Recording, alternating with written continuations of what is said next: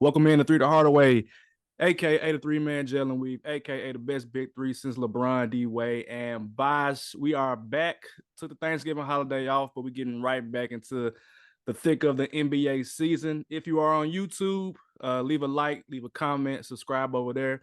If you're on a podcast platform, Spotify, Google Podcasts, Apple Podcasts, anybody podcast, leave a 5-star review, and we'll greatly appreciate it. If you don't know who I am the walking bucket, providing instant offense. It's your boy Savage. Up here we got my guy, the coach on the sidelines, taking him to school on and off the court, and he got a game this week where a guy's coming in averaging 37 points a game. So, Sheedy, what's good? Box in 94 feet of pressure. You heard it here first, ladies and gentlemen. Is it 40 minutes of hell like Arkansas? Hey, how old are they? Yo, the kid he's a junior, averaging 37. His last game again next year. Yeah, I just told Savage his last game he had 44, 10, and 8. What am I supposed to do with this? Good luck. That's all you can say. Good luck. All right, up here we got your favorite DJ, Sample Man himself. Happy Founders Day, too. What up, though? Appreciate it. What's going on, fellas? Shout out to the brothers of A5A. Yes, sir. Get some good brotherhood smoking, some drinks in. You know what I'm saying? Celebrate. I'm out here by myself, but it is what it is. That's all you need, man. Hey, man, it's all good. All right, so we are about 20-ish games to the NBA season, of course. There's about 82 games in the NBA season, so Sheedy good at math. So that's about a quarter into the season. At this point, we are slowly shifting towards what teams are and what players are.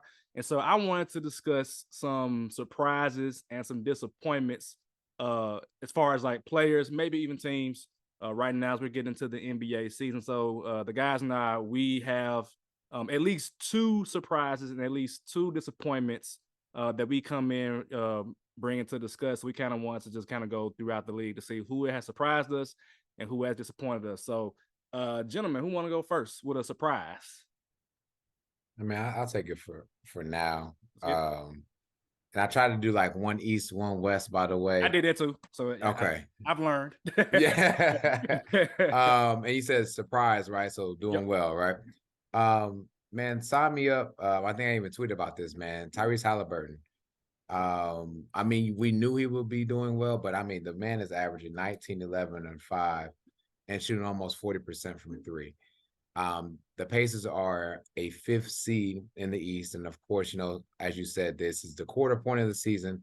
Some things may or may not change, but I don't see him and those Pacers falling off too far. They may fall into a playing scenario or whatnot, but Tyrese Halliburton is going to be contending for sure for an all-star ballot this year. That the East is heavy with guards and heavy with names of guards, okay? Because that's going to come back.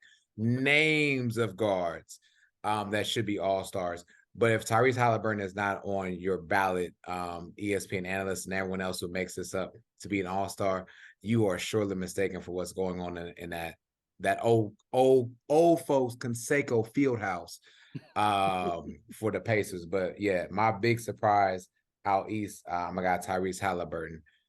Did you want me to do both now, or you want to do? We just kind of discuss it briefly. Of course I'm not surprised. I picked him in my NBA YoungBoy fantasy team. But I mean, I am surprised at the Pacers as a whole because I wasn't expecting Mathurin to be a good, Rodman to Tyrese Halliburton's Batman. I also wasn't expecting them to probably hold on to Miles Turner and Buddy Hield. I'm like, hey, wait a minute, we got a team that we can keep right now. And of course, if you want to get younger or get better, you can trade one of them to get a draft pick. Depending on the Lakers, they wanted to trade for Buddy Hield and Miles Turner. But also, if I'm like New Orleans, who got plenty of draft picks, and you need a big man that can block shots and get rebounds, you can get Miles Turner, which opens up a little bit more for Tyrese Halliburton to play even better.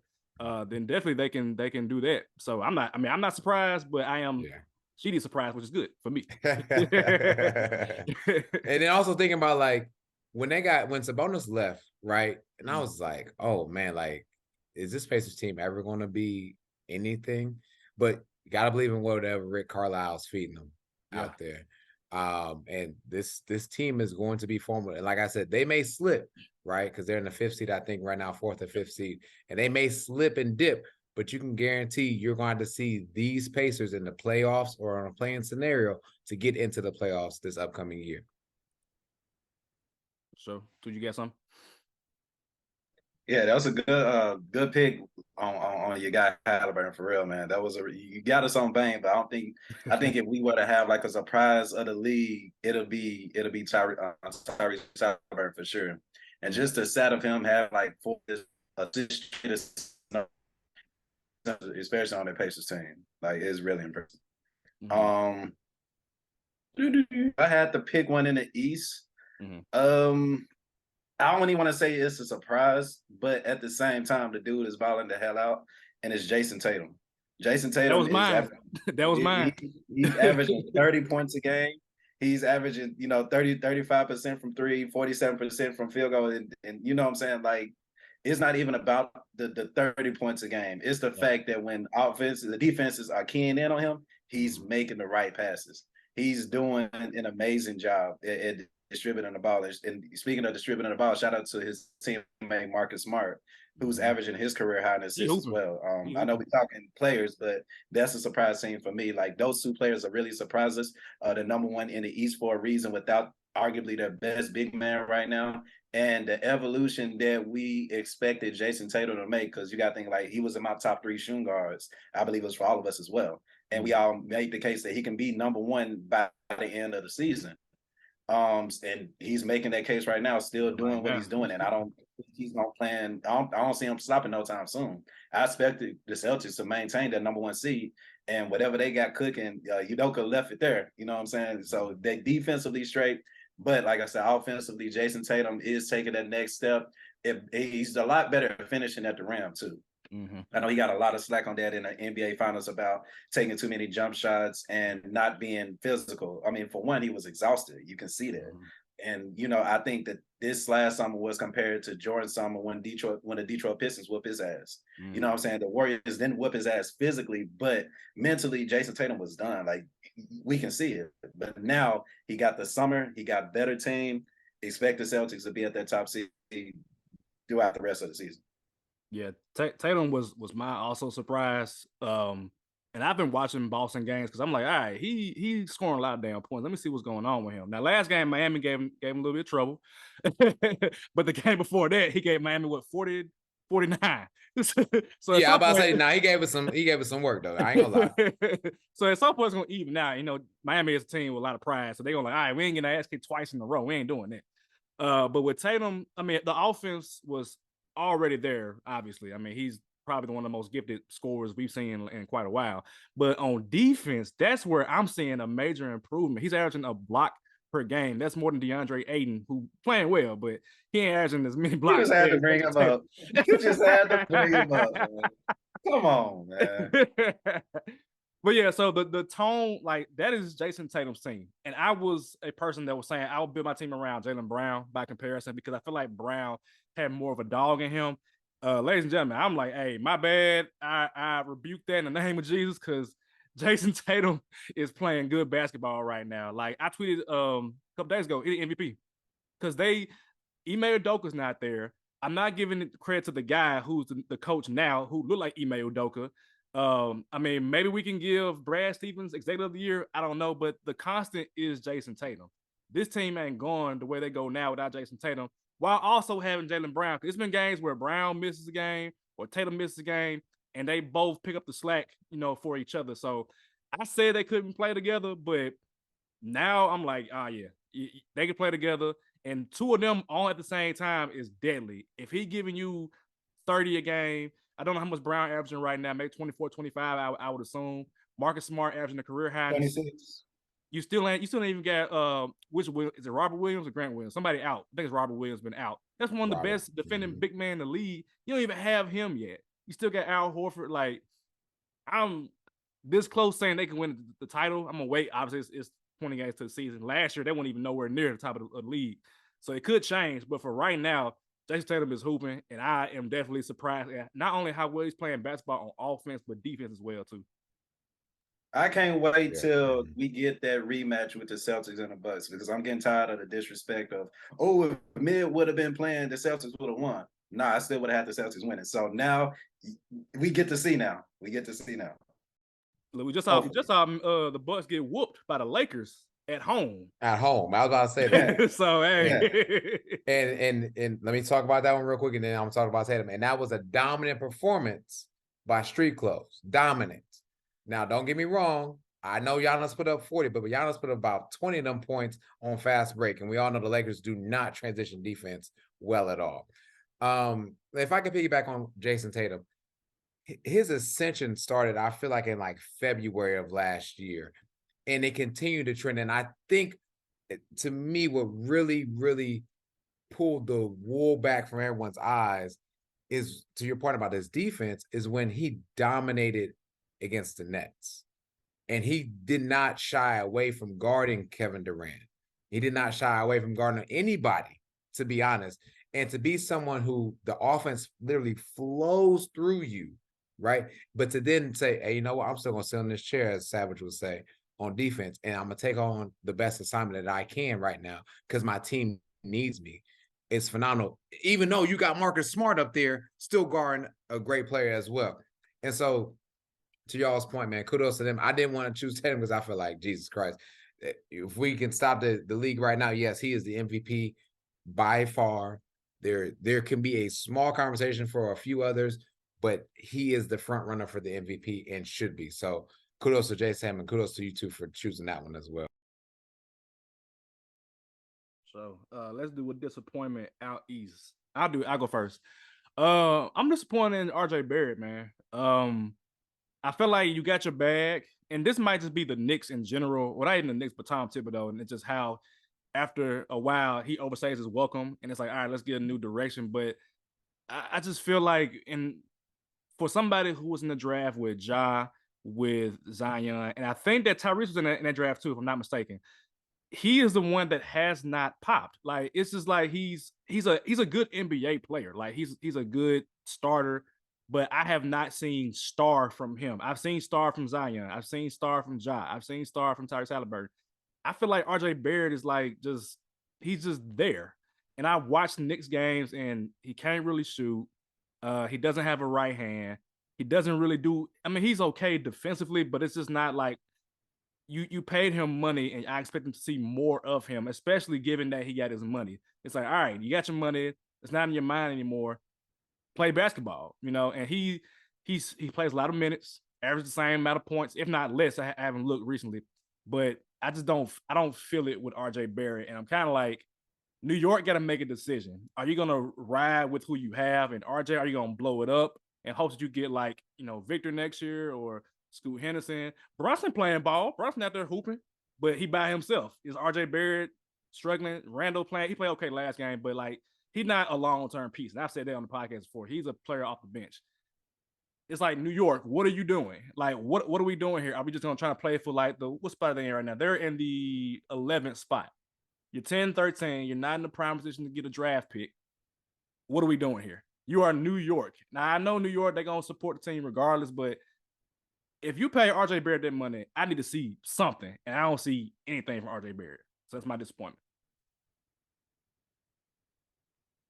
I think we kind of like in each other's heads right now. I kind of had another one because just on some nitpick, but RJ Barrett was he got the bag.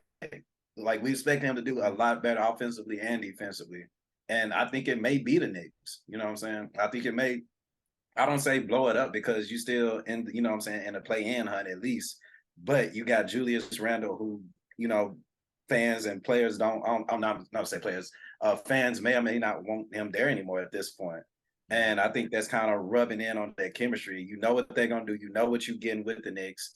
And I don't see them going up as I thought they would at the beginning of the season. Because at the beginning of the season, I thought, hey, watch out for this team. And it's like they kind of start reverting to their old ways. So it may be a coaching thing. It may be a player thing. I hope they pick it out. I actually had two disappointments. That they were both in the West, but I did have one in the East, and that's my guy Van Vliet on the Raptors. Ooh, yeah. They He's struggling. averaging his, I think, second to third career low right now. And this is just me nitpicking because the Raptors are still there. But we do kind of expect more from Fred VanVleet for right now, especially after being an all-star last year. So, of course, I think the Raptors going to play better. Scotty Barnes will be playing a better for sure. But just me nitpicking in the East, if there's a disappointing player right now, I have to say VanVleet. Yeah, if I could echo what's been said, first of all, about RJ Barrett. First of all, when I go and play the Knicks, I don't care who I am, RJ Barrett ain't on my scouting report. Nope. Ain't been since he's been drafted. I mean, you might have been like, okay, what is he going to give you? You know, those first few games when he's drafted. But look at any scouting report that any coach will give you about the Knicks. To your point, Jalen Brunson, and Julius Randle. Like, how do we stop those two?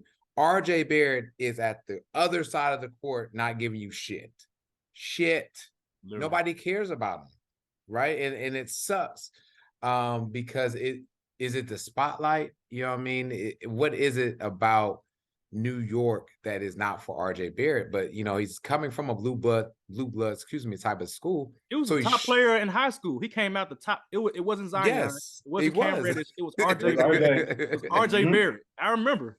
Yeah. So like, what is it now that you had a professional way and you just can't get done? He's shooting tremendously terrible from three. 28% field goal percent. Oh, my 28%. God. I got over here. So he averaged 20 last year. He's averaging 18 points this year. He's shooting 28% from three this year. Shot 34% last year. He's still shooting same percentage from the field goal, 40% from there. So he's 6 of 16 from the field goal percentage. Same amount of rebounds, same amount of assists, fewer blocks, fewer steals.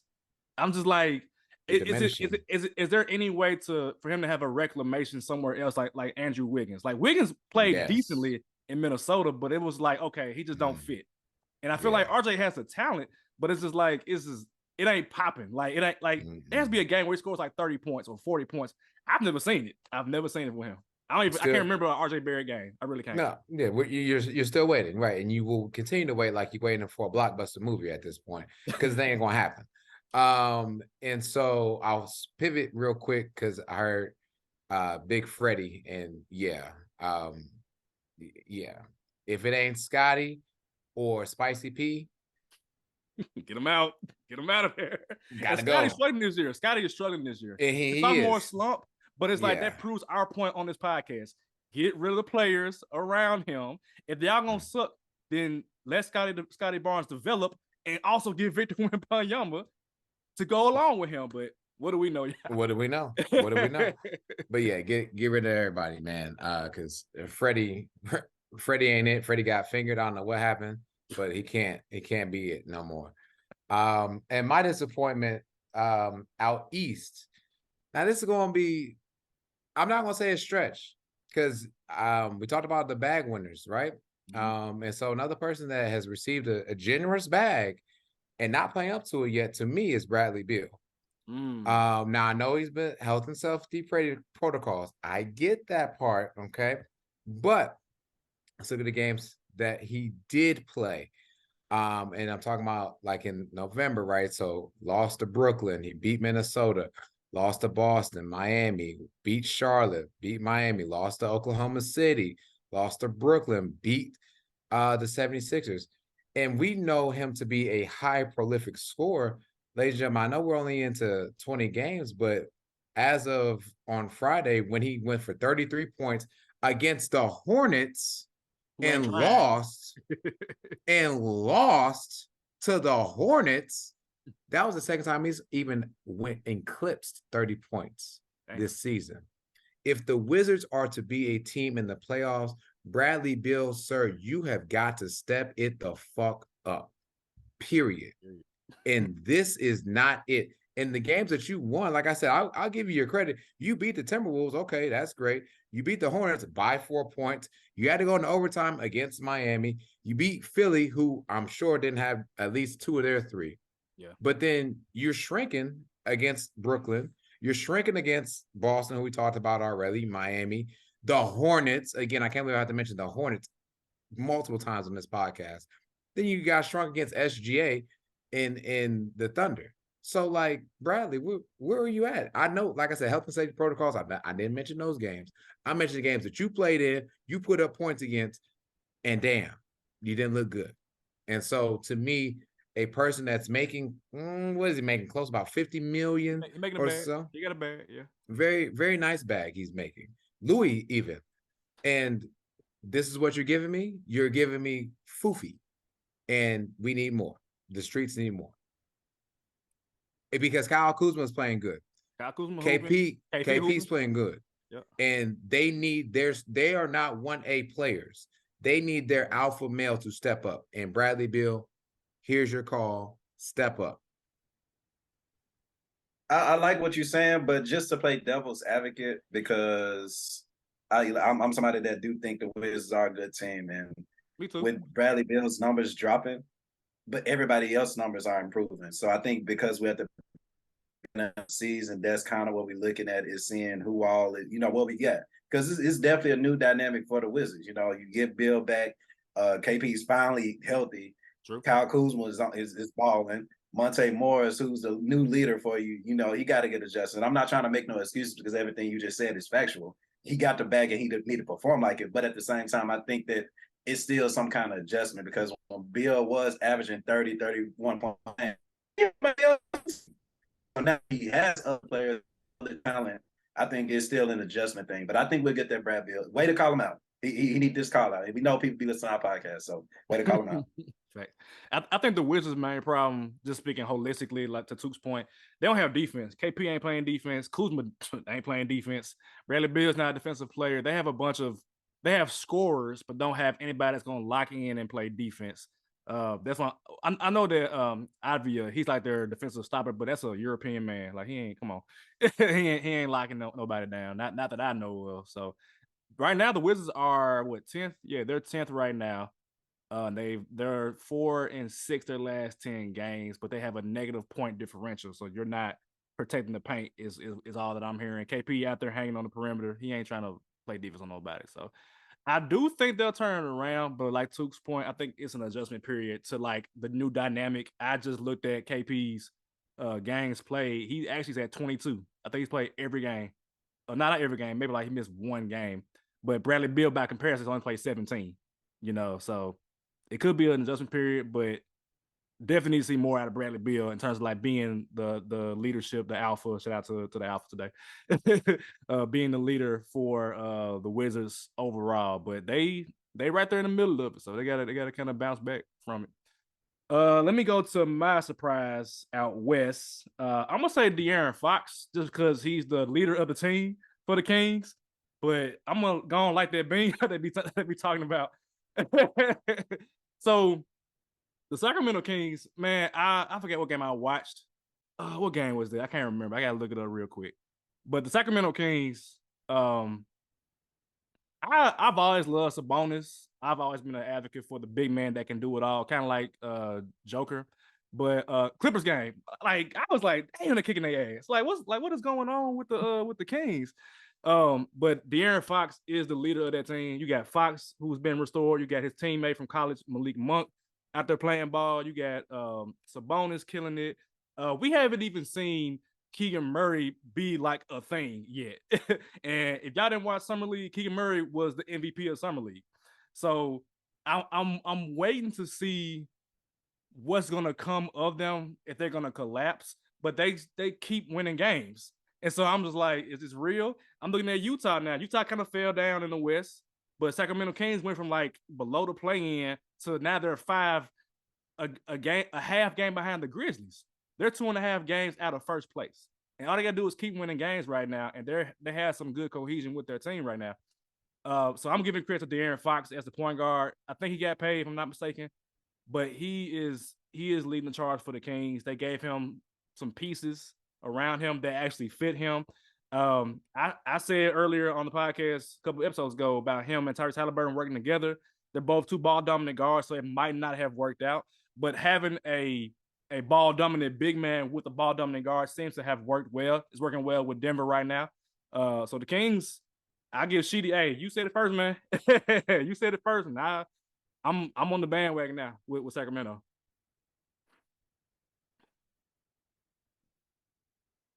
here I am trying to talk. Yeah. You know, I was trying to as well pick up someone from the Kings, and I just couldn't. I couldn't pick one person from the Kings because all of them been performing well. Even Sabonis, right?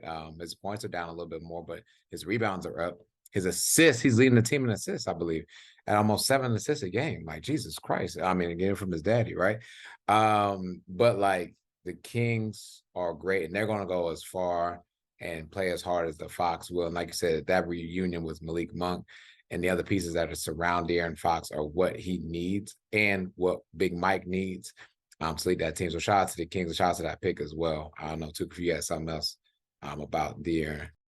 Yeah, I think they kind of taken the playbook from the Grizz. If you think about De'Aaron Fox and John, not to say that they're the same or anything, but their styles of play of attack mode is there, and then kicking it out to, you know, Savage, you said all the players, but you didn't give a shout out to Kevin Porter, who may be the new, Yep. you know, White Hope. You know what I'm saying? He's shooting the hell out the needs ball. him. Atlanta needs him He's right now. shooting the hell out the ball. So if you will, that's the Desmond Bain of the team. You know what I'm saying? And it's a bonus, you know, he does get it from his daddy, and they're putting it all together in Sacramento. And we do got to salute, you know, people who make calls about this. Mark Spears got hell written all over him when he said the Sacramento Kings was going to make the playoffs over the summer. Like, everybody was laughing at him. And now we're seeing this product, and we now we got 3 guys on one podcast agreeing that the Sacramento Kings can make the playoffs. I think we got to give him a salute. So salute to our brother Mark Spears on calling the Kings out, especially with them trading Halliburton. Like, we didn't expect that. And Savage, you hit it on the head. Both 2 ball dominant players. I think the Kings saw that early and they got what they could for them. So it's working out for the Kings. It's working out for the Pacers. So I think that was an A+ move on both teams. Hey, they agree with me. Honking the horn. Right. So we could just stay in the West, I guess, for a minute. Even though his team is losing, they're not losing as much as I thought they would. The player is SGA. Dude is averaging 30 points a game. If it's a player that gets my vote for most improved right now, it's him. And they're 10-13. Like, who would have said that the Thunder would be close to playing 500 ball? You know, especially what's the guy named that got injured? The Ricky. Help me out, y'all. Help me out. Homer, especially with him not playing. So imagine him coming back next season, and then you still maybe can get Kamehameha. It's like you got a legit 30-point team. Josh Giddey is doing the damn thing as far as like being the ball handler number 2 as well.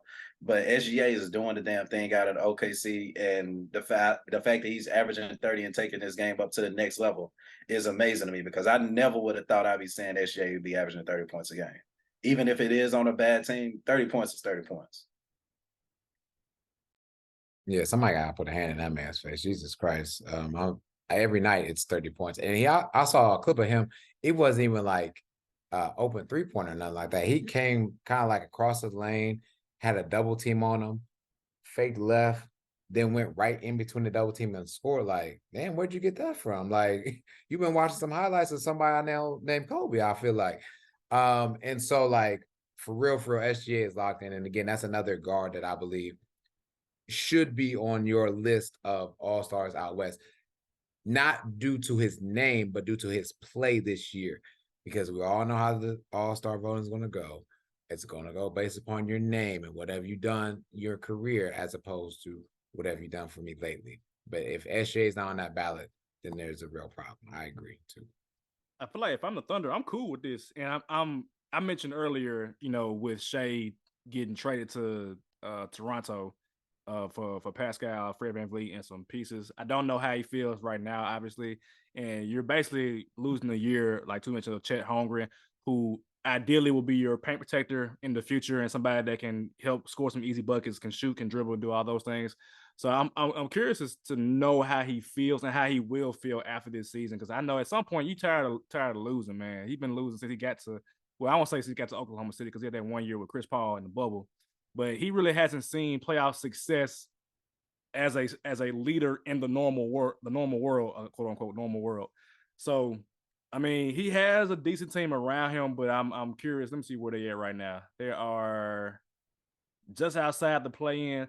I feel like if they make the play-in, he'll be motivated. Like, okay, we got a taste of playoff basketball in the form of like a 1-game, 2-game playoff. But he is too good to be on trash team. Like, he he's too gifted of a scorer, of a distributor, and he even getting 1.8 steals a game. He's not a lockdown defender, but he's like a Melton. I'm gonna get those deflections. I'm gonna get those quick steals when you're not looking at it. So I want to see him with Chet. Preferably, I want to see him with Kamehameha. But Oh yeah, but they might get both of them and let them rock. But yeah, I definitely, you can't ignore what Shai Gilgeous-Alexander is doing. You definitely can't. Hey, Savage, before we move on, let me ask y'all Clear. this. So we got Steph, Ja, Dame, Booker. That's 4 Western Conference guards right there. Oh boy. So if hypothetically, if everything stays the same, who gets that all-star spot between SGA and De'Aaron Fox? So I'm looking at the teams out west. You said I'm going to every team. You got Booker from the Suns. I haven't heard much about Murray, so I'm ignoring Murray. McCollum been hurt, so I don't really see McCollum. Ja and Bane could get in, depending on when Bane comes back. Yeah, I forgot Bane. You said Fox, Steph. I don't think Clay getting in. Nope. Poole not getting in. Clippers, they all hurt. Jazz don't have nobody. Dame could get in. Luka is a guard technically. Ant-Man is a guard. Shea, Lakers don't have any guards. Rockets don't have any. Okay. Man, I feel like based on popularity, you're gonna get Steph and Ja off top. And if it comes down to Luka. Fox and Book as well, so that's really 3. You probably get about 5. If I had to guess. Luka. You got Oh damn! You gotta do Luka. You gotta do Luka. So That's basically, what I'm like. Fox and Shea. Okay. I'm just Man. curious, just right now, and it may change in the future. You know, one may get Right now, it gotta be Fox. Fox. Right now, it gotta Yeah. be Fox. Like nobody expected the Kings to be this good, and that's Yeah, Fox Fox. is the leader of that team. So I gotta give it to Fox. Yeah, what that Gotta give 5th it seed, I Fox. think, right now. Yeah, 5th seed right now. Yeah, Yeah, you got to give it. Yeah, if it's those two, yeah. then yes, you got to give it to Fox. And you gotta assume that Shea gonna get in one at some point. Yeah. Eventually, hopefully, I don't know. But 30 points a game, it's like, damn, man. Right. That's what I'm like. That's Like, what hard more to I gotta do? Right. Let's go 40 points. Let's get into the damn All-Star game, man. Damn. But I mean, you'll see the real results in the All NBA team. So if he's playing good enough and his team's in the play-in, I feel like you got to give some All NBA love at some point. 30 points a game, maybe, 30 points. Maybe third team, yeah. Yeah, third something team, like that. something. Like, you got to give him something. So, All right, so yeah, I guess I gotta do my surprises. Yeah, so my surprise out west, and this team needed this player. I didn't know how bad. Now, even though this team is like, I think 3-7 or 4-6 in their last 10 games, so they've hit a slump. But Jeremy Grant is playing phenomenal basketball for the Portland Trailblazers. And I mean, when you're giving them about 23 points and shooting 47% from 3-point, that's a surprise for me.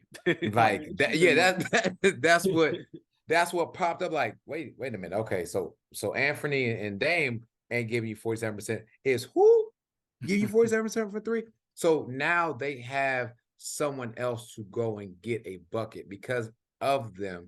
You know, Anthony is a little bit bigger than Dame, of course, right? But it's always been those two dominant as guards, or Dame and another guard dominant as all hooping times. last night, man. That dude was hooping last night. He had like Right. 45 points. So give me Jeremy Grant for, I would say, as a player that I knew he would be good, a good fit for them, but I was surprised at how well he's fitting and with the chemistry he's doing as well. And 47% from 3-point is nothing. I mean, absolutely nothing to sneeze at as well. Hey, you know, I love me some Jeremy Grant, so hey, I ain't got nothing bad to say at all. Just the 47% for sure. I didn't expect that one at all, but it's all to getting more open looks. Like in Detroit, he wasn't getting open looks, and he was still putting up buckets. So now he's the third option on the team, sometimes the second, sometimes the first some nights, you know, and he's just shining in his role. So I hope they keep on going, but they need to do better as a team winning games too. You know what I'm saying? A couple weeks ago they were number 2. Now I think outside the play-in. So yeah, they were number 1. They were the number 1 seed. Yeah. And then that show how tough the West is, you know? Yeah. Damn. Keeping it with the West, this team, they are 4-6 the last 10 games, and they've been playing better, a little bit better as of late. But I'm disappointed in Luka's teammates, man. Like they got this man with the highest player usage in the NBA. Now, granted, he'll do that anyway. But the Mavericks traded Brunson, hoping that you get more out of Dinwiddie, get more out of Tim Hardaway. Tim Hardaway. Just their shooters. Like make shots. Like Reggie Bullock does not make threes, y'all. He that man. I watched this man brick so many. I'm like, bro, you wide open. Make the damn shot, man. So, and then I'm like, what is going on with the guy's name? It's in my mind. The big man they just traded for. Wood. Wood. Christian What is Wood. going on with Wood? Like they just not playing him, or they play him like they stagger the minutes with Luka. I'm like, let this man do something. Start him, do something. So I don't know if it's the teammates or if it's the organization or if it's the coach, but it's whatever it is, it ain't clicking right now. They're 11-11. I had them as a West Conference Finals, threat, and right now I don't see it. And I forget who mentions on Twitter, but like it's looking real James Harden-ish right now, where it's like clearly Luka is a dominant player. He's gonna be a great player, just like how James Harden was a great player. But if they don't get this man help and lower his usage, if Luka gets hurt, it's a wrap. It's a wrap. Now it's a wrap for most teams, but we've seen the Grizzlies compete without Ja Morant. We've seen the Lakers compete more recently without LeBron. Like if Luka's not playing, I haven't looked up the plus minus or the on and off numbers for Luka, but I can just imagine like things going to shit the moment Luka gets hurt. If he gets hurt, I don't know. But yeah, I'm disappointed. I'm like, come on, y'all. Like Jalen Brunson he's a 6'1", and they giving him 6'1". That man 5'11". He's a 6'1" guard. His loss cannot be that detrimental to the team. Like Tim Hardaway Jr., you are the son of a Hall of Fame player. Reggie Bullock, you made threes everywhere else you played basketball at. What's the other? Bielitsa, make an open three. Just make a shot.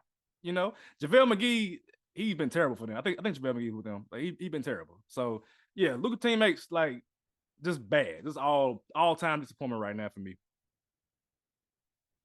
I think it may be just a coaching thing, bro. And I hate to put it on kid like that, but it's honestly easy. And I'm not gonna compare 2K and the real NBA for sure, but playing 2K is so easy to beat the Mavericks, y'all.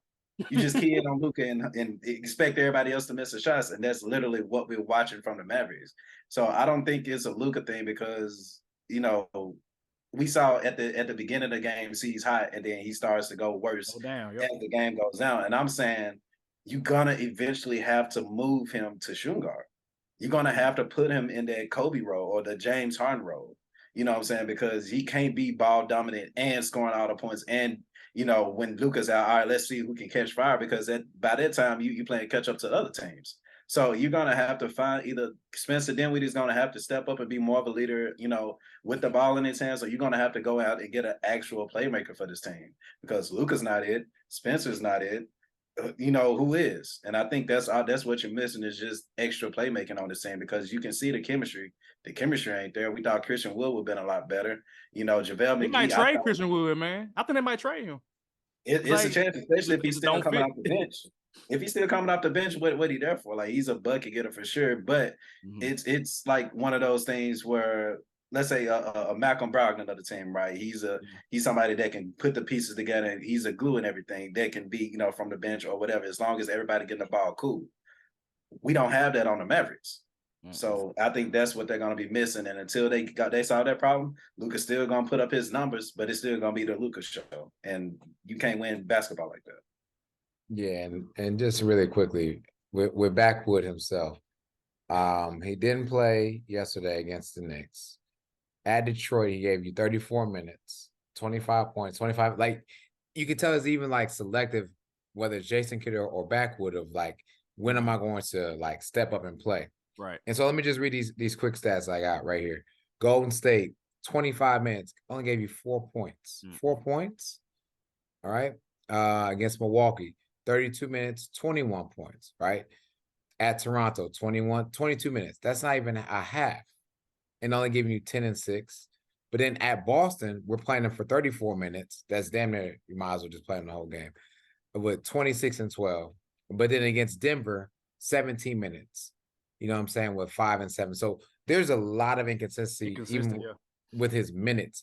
And if you're not being consistent with your minutes, your rhythm is off. with who you're playing with. And like, you're right to the point that you guys made already. We got to figure it out, Jason Kidd. I expected better. When y'all went to go get him, we all said, okay, this team is really going to be there. But Jesus Christ, those numbers I just rattled off show nothing about consistency. Nope. Nothing at all. At least keep me at the 25 range or 25 to 34 range and, you know, flow through the offense, because at the point of we've always said before, Luka has the ball too much. Play through Christian. He was doing it with the Rockets. Yep. Why not try it here? Why not fit some? I was told it's not always about your system that's going to work. Sometimes you have to change the system with the players you have. It worked for Phil Jackson because Phil Jackson always had some kind of crazy great player in Kobe or Mike. But you can't be Phil Jackson all the time. You can't always run the triangle offense all the time. You have to figure it out. And so, yeah, I agree with Backwood. Yeah. Here is the order of minutes per game for Dallas. Luka is averaging 37 minutes a game, which is understandable. Dorian Finney-Smith, 33 minutes a game. Spencer Dinwiddie, 32. Reggie Bullock, who again can't make a shot, 28 minutes a game. And then it's Christian Wood with 26. Like, I know they didn't trade a lot for Christian Wood. That's an issue. Christian, you didn't trade a lot for him. You traded like Marjanovic and other players that don't matter. So it's not like you gave up a lot for Christian Wood, but you knew what you were getting out of Christian Wood. You knew that he can score 25 points. He shoots 4% from three. He can block shots. He can rebound. I don't get it. I think it is coaching. And Jason Kidd, I mean, this ain't his first rodeo with bad coaching jobs. I mean, he was terrible with the Nets. He was terrible. I think was he with the Knicks at one point? I can't remember. Milwaukee got him out of there. And he was at one point, nobody wanted to hire him because they was like, nah, I don't want nothing to do with Jason Kidd. And so he came on to the Lakers as an assistant coach. They won in the bubble, which again is controversial for a lot of people. So it's kind of like how much of that was credit for you as a coach. And now he's down in Dallas, and they made the Western Conference Finals before. Again, wasn't successful, but now that you made a major change, that's a huge coaching job for you as a coach. Now, Udoka, he turned around last year. I have less confidence, in my opinion, in Dallas because they have an inferior roster to Boston. Obviously, it's night and day. So Jason Kidd, I think he might be in trouble if it's not turned around by All-Star break and they're not in a competitive space, not in the play-in, because Luka is a Western Conference Finals player. Like he's good enough to get to the Western Conference Finals. He did it before. So if they're not competitive, I feel like at some point as Dallas, you got to regret letting go of a great coach in Rick Carlisle. Like, I think Rick Carlisle soured on the situation with Luka because it was very Luka dominant, and Luka wants to dominate the ball. That's who he is. That's who he's always been. Somebody got to save Luka from Luka, and I think Luka got a Jason Kidd mindset where I got to have the ball at all times. Now, Kidd wasn't a scorer, obviously. He was a distributor, but somebody got to save Luka from Luka and like, hey, man, look, we can't have you dribbling the ball all day long. You got to have somebody else with you. So maybe they do need to get like I ain't saying RJ Barrett, but somebody else got to be in there that can do what Luka can do as far as like scoring and take less of the load off of Luka Doncic. Because otherwise, if he gets hurt, it's a wrap for Dallas. It is a wrap. And Luka, he kind of husky, so he might tweak a lower body extremity. I don't know. And again, I just want to say I believe the magical number here is 30. Mm-hmm. Christian Wood's minutes per game need to be north of 30. When it's north of 30, that's when he's getting his touches. That's when he's getting his points, rebounds, everything like that. When it's less than 30 minutes a game, it's hard. It's really, and he's a big, so like, you know, you got to get flowing with the blood flowing. So 30 is my. I'm looking at Dorian Finney-Smith. Why is he averaging the same minutes per game? He has 8 points. He's had 4 rebounds. Again, power forward, 1 assist, 1 steal. Like, what is he providing to the team? So for him to play a hyphen, that's what he's providing. A hyphen. That's it. Like, what does he provide? Like, I'll give you Spencer Dinwiddie. That's your other point guard that can combo guard kind of player. But Dorian Finney-Smith, I'm sorry. Like I can't tell you a Dorian Finney-Smith top 10 play. I can't. So he's somebody Luka ain't got to pass the ball to. Clearly, because he ain't scoring 8 points a game. Yeah, but that's my list. Y'all got any more left? You see, disappointments. Yeah, go ahead. Go ahead. Okay. Well, this is a big disappointment. Since we're talking about contenders, I just want to get this one out the way real quick, and then I'll go to the real disappointment. A quick disappointment is Kawhi Leonard. Oh, Let's go and put it out there. y'all seeing him? I ain't seeing him. No, I seen him throw up a middle finger on social media, but I haven't seen any Kawhi or claws on the court, nothing. And so that is a disappointment for me because I believe that the Clippers with Kawhi Leonard or any team that has Kawhi Leonard is a contender if he's playing. The Clippers without Kawhi Leonard are still, I believe, in the top 6, 7, I believe 7th right now without Kawhi. And Kawhi's played he may have spit 5 games, out of the season already. So he's played a quarter of the games already. But he's not my disappointment. Okay. My disappointment comes from, and I say this very humbly, is Jordan Poole. You gotta say it humbly, say it with your chest, because I'm gonna say it with you. I'm with you, buddy. Jordan Poole. Chain snatch flow. Get it off your chest. I will give him 17 points a game. Okay. 5 assists, 3 turnovers. Oh God. The man is shooting below 34% from 3, right? He's supposed to be the splash triplet or what have you. He has also managed at least 6 games where he scored 11 points or less. But he's supposed to be getting this 35 to 38 million per season. But we've already been through a quarter of the season. And out of a quarter of the season, 6 of those games, you're there, but you're not really there per se. And don't get me wrong, sometimes, there may have been a win there and maybe a win, but those mostly were losses against the Suns, against the Mavericks, who we just talked about. And let's not begin how he started the season with 3 L's, and he looked terrible. But what did everyone see was that quick highlight that he made of going behind his back and giving a good dish. That's great. You hate some highlights. I hate them. I hate them. Because like, all right, there's the highlight, and then I look at the score, then you get blown out by 42 points. Like, all right, that's great. But mine is humbly with chess. I did a few push-ups today. Goes to Jordan Poole out west.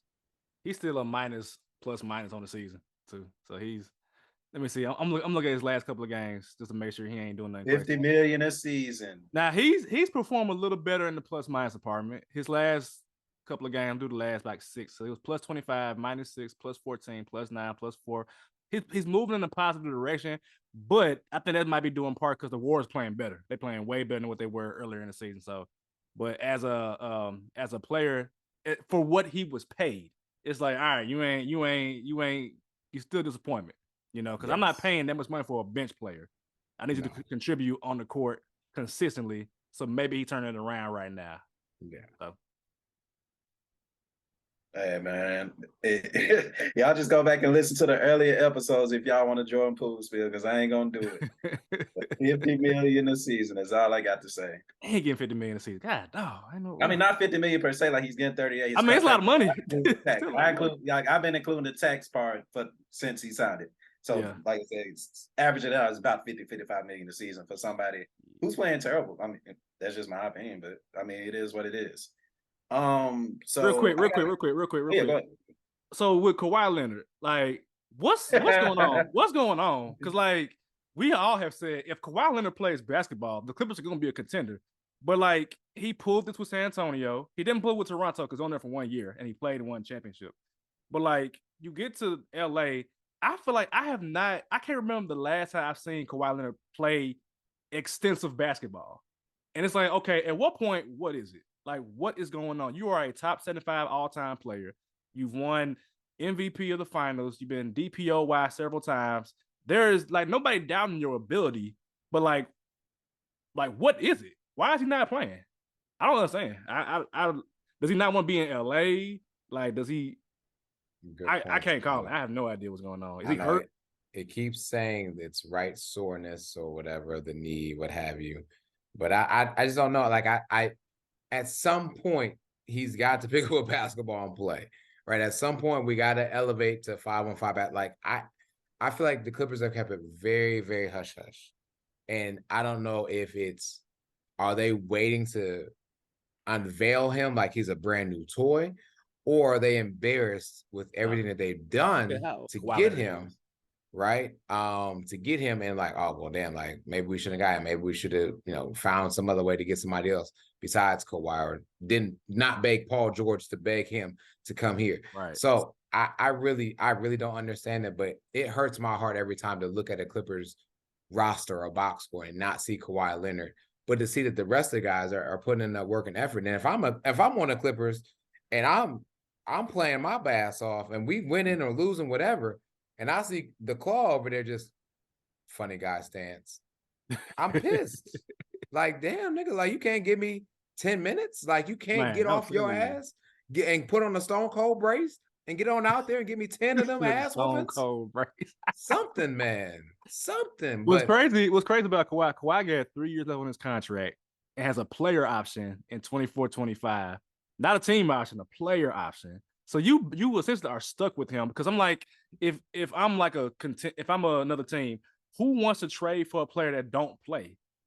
You don't know when he plays. Like, it's like I never thought in a million years that Ben Simmons would play before Kawhi Leonard.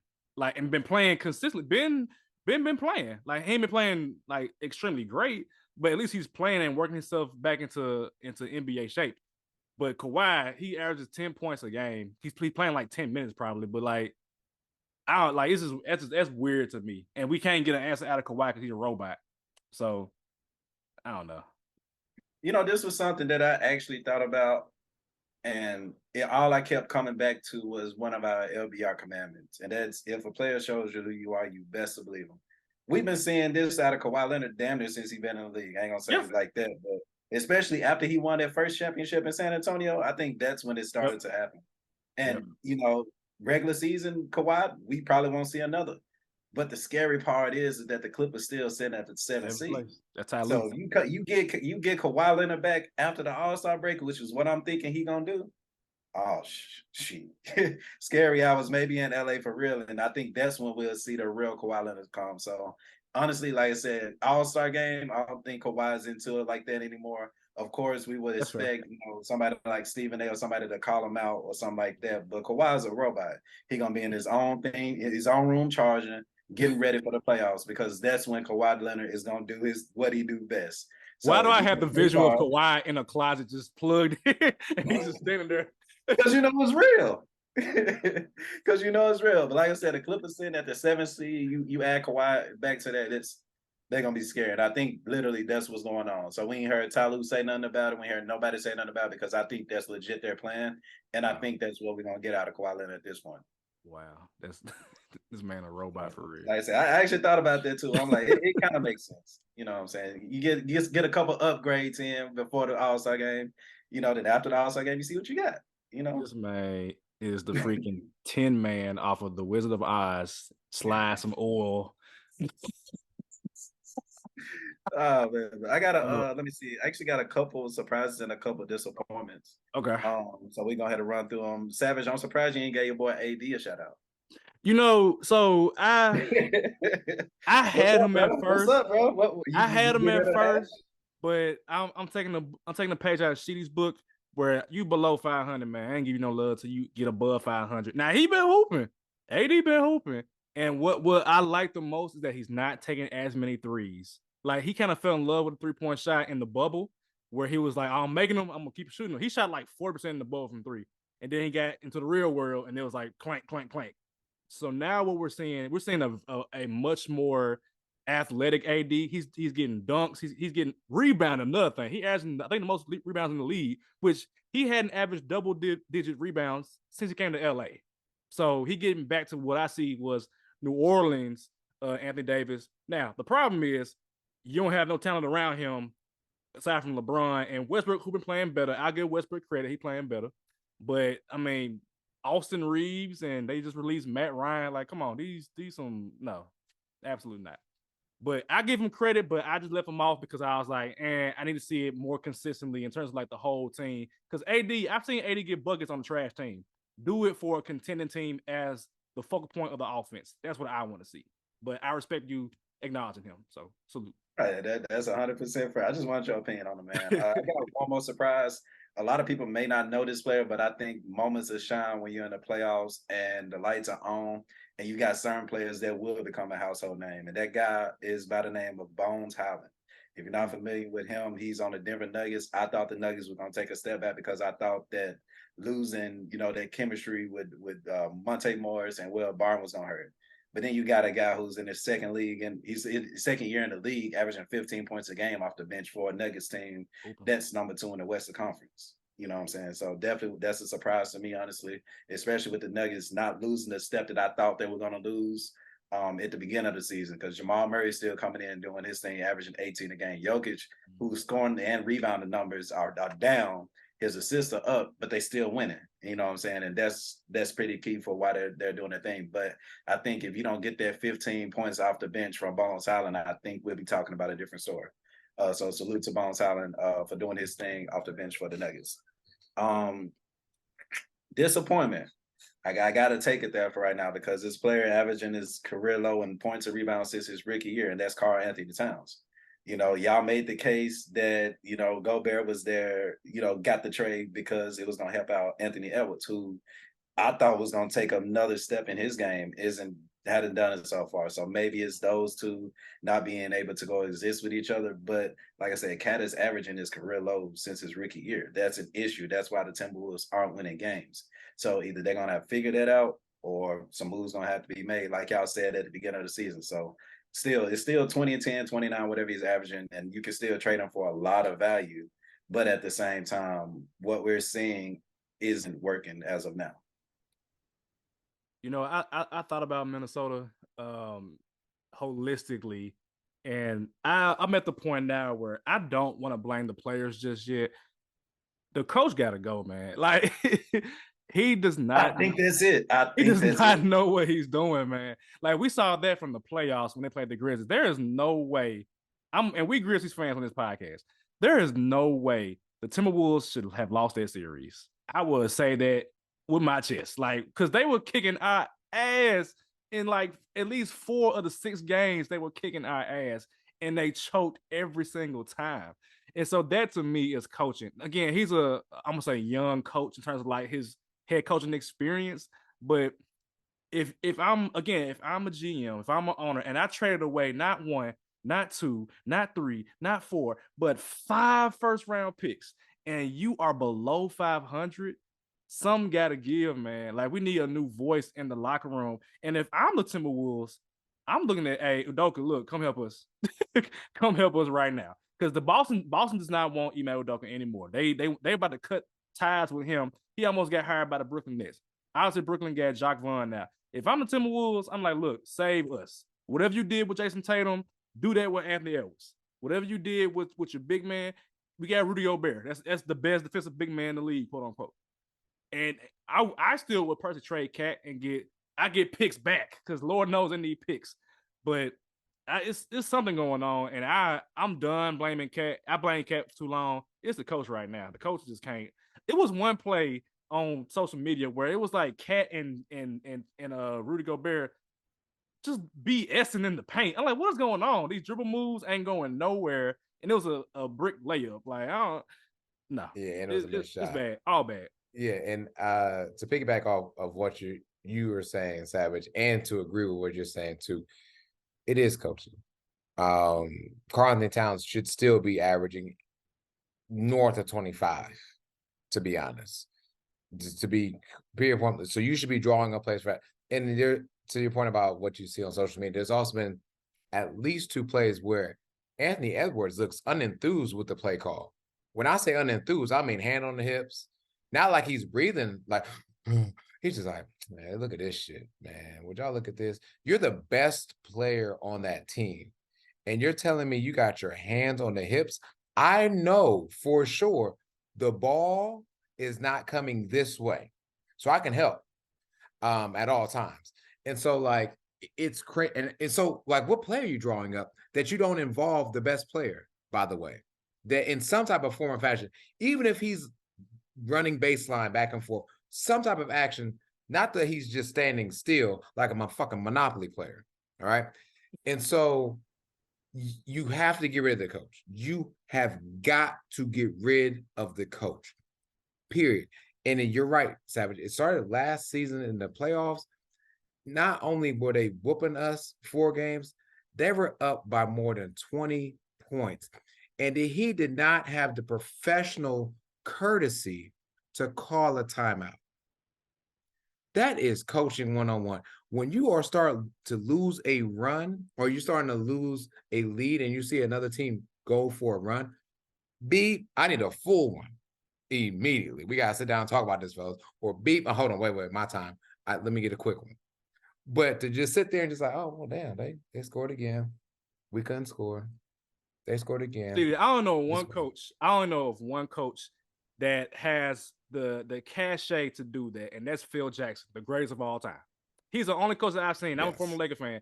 He's the only coach that I've seen that will let the other team get on a 10-15-0 run and be like, figure it out. Y'all figure it out. Aside from that, nobody else should be allowing that to happen.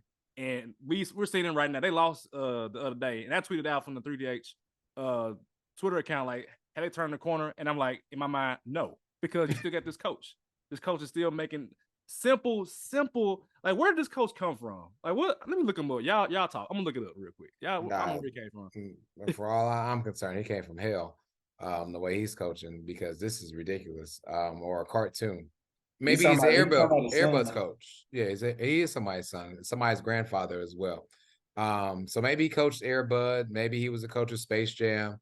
I don't know. Chris Finch. He coached Rockets in 2011 to 16, assistant coach. He was associate head coach for the Nuggets in 16-17, associate head coach for the Pelicans in 17 to 20, and then assistant coach from 20 to 21 for the Raptors.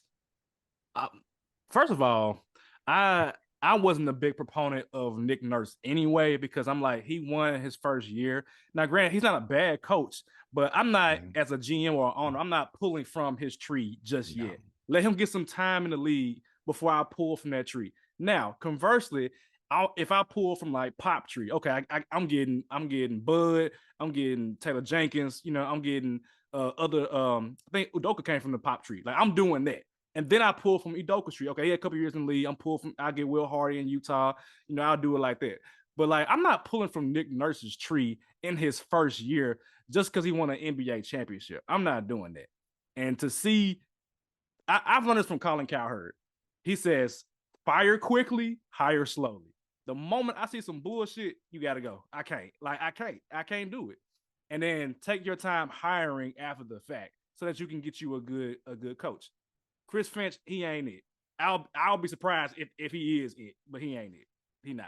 So I'm done blaming Cat. I'm done blaming Ant-Man. Until they fire Chris Finch, I'm on him. I'm on his ass. All right, but that's all I had about Timberwolves. So I don't know if there's anything else y'all want to throw in. I'll edit it properly. Nah. Whoever his next one was. Did he freeze again? What's up? I thought you froze again. No, I'm back. Did you have any other surprise or disappointments, or is that it? Yeah, I just want Klay Thompson to step the hell up too and stop taking dumbass shots. But other than that, the Warriors are going, so that's working out. That's about it. Warriors playing better. I'm gonna give some love to the Brooklyn Nets, man. 7-3 10 games. I mean, it's not a surprise for me because I feel like they were gonna be a playoff team anyway. But it's been quiet on the criticism lately. And Kyrie ain't been getting blasted. Word from nobody. Kevin Durant ain't been getting blasted. I mean, Ben ain't playing to his standards just yet. But again, I think for Ben, it's a matter of just like get through the season healthy, and then come playoff time, you're gonna see his value. Like, hey, Ben, just pass the ball, rebound, and lock his ass up. That's all I need from you. Yeah. We got scoring down pat. It's not a problem, Yeah. So they 7-3, and they actually are 5.5 back from first place. But I feel like again they're playing good basketball right now. So I want to give them a quick shout out. So to wrap up, I'm gonna run down the standings real quick just to give everybody an update. And today is technically Sunday, but it'll be out tomorrow. So Boston, Milwaukee, Cleveland, Atlanta, Pacers, and the Nets are top 6 in the play-in. You got the Sixers, who again don't have their full roster just yet. The Raptors, Miami, and Washington. Miami, y'all been kind of struggling, Shady. Y'all good? Yeah, so we talked about the Celtics game the other Uh-huh. earlier, right? And the one thing, the difference between that Celtics game the first time and the second time is Jimmy Butler. Jimmy Yes. Butler was out for 9 games. Mm-hmm. And Bam has been in the ear about Spoelstra, like, yo, give me the ball. Like, Yeah. I can score. And I think in his last maybe 4 or 5 games, Bam's been an average about 30, and like 30 and 8, I believe, something around that line. So Yeah. we'll be fine. You know how we are. Yeah, no, yeah. I'm gonna turn the corner. It's only a matter of time. It's only a matter of time. Mm-hmm. Y'all getting Mm-hmm. ready. Shout out to Bam for finally averaging 20 points a game, though. That Yeah, was hooping one of the dog. things that we came to this podcast and Yes, you know sir. kind of act on. And he's averaging 21, so he's giving me a point Yes, above. So shout out to him. for Because we finally know getting he to can 20 do it. Just do it. Just go Yeah, out there and do it, bro. yeah. Just do it, man. When he plays aggressively and is demanding his shot and he's getting, 18 to 20 touches in the paint, he can easily be a top 15 player in the league because he's already got it on defense. There's we can't say anything about it. Our knock is his offense. Yep. And I knock his offense because of the way that we play offense. We don't play necessarily through him. It's more like, all right, just set this screen and we'll see what happens after that. A high screen at that. So yeah, when we get that screen a little bit more at the elbow, oh yeah, he's damaged. And out west, we got Suns, Nuggets, Pelicans. Pelicans have been playing very well. Grizzlies, Kings, and Warriors. Quick shout out to the Grizzlies, man. Like they still, I feel like they haven't played their best basketball yet. Like I feel like for them to have so many injuries and just constantly in and out the lineup, bringing in rookies, Roddy LaRavia and occasionally Chandler on occasion, for them to be 2 games out of first place lets me know how good the team is. And so just knocking on wood that Bane can come back, and that Zaire at some point plays basketball. I had this thought and I didn't tweet it out this past week, but I feel like Ja, Dylan, Bane, Jaren, and Steven Adams could be the best starting 5 in the league. I really feel that way. I really agree with that. Starting 5 in the league. If everybody's healthy and it plays how they're gonna play it. Because they all play their role. Yep. Mm-hmm. That's the difference, and that's what did Adams have the other day? 6, 18, and 4. It was some crazy stat line. Yeah, like, we don't need you to score. Yep. So yeah, that's just good. And then the play-in is currently Clippers, Jazz. Jazz kind of fell off, man. They 4-6 their last 10 games, so is evening out a little bit. Lord from marketing. I ain't tweeted a picture of him in a minute because they've been tripping. He'll be back. Yeah, he'll be back. I mean, I feel like what happened is Toots guy. What's the guy's name? I'm getting old, y'all. I'm forgetting names. The old Boston guy, Danny Ainge. He said, "All right, y'all. Look, we know y'all can hoop, but let's get Victor." Why they gotta be my guy? That's your guy, man, Danny Ainge.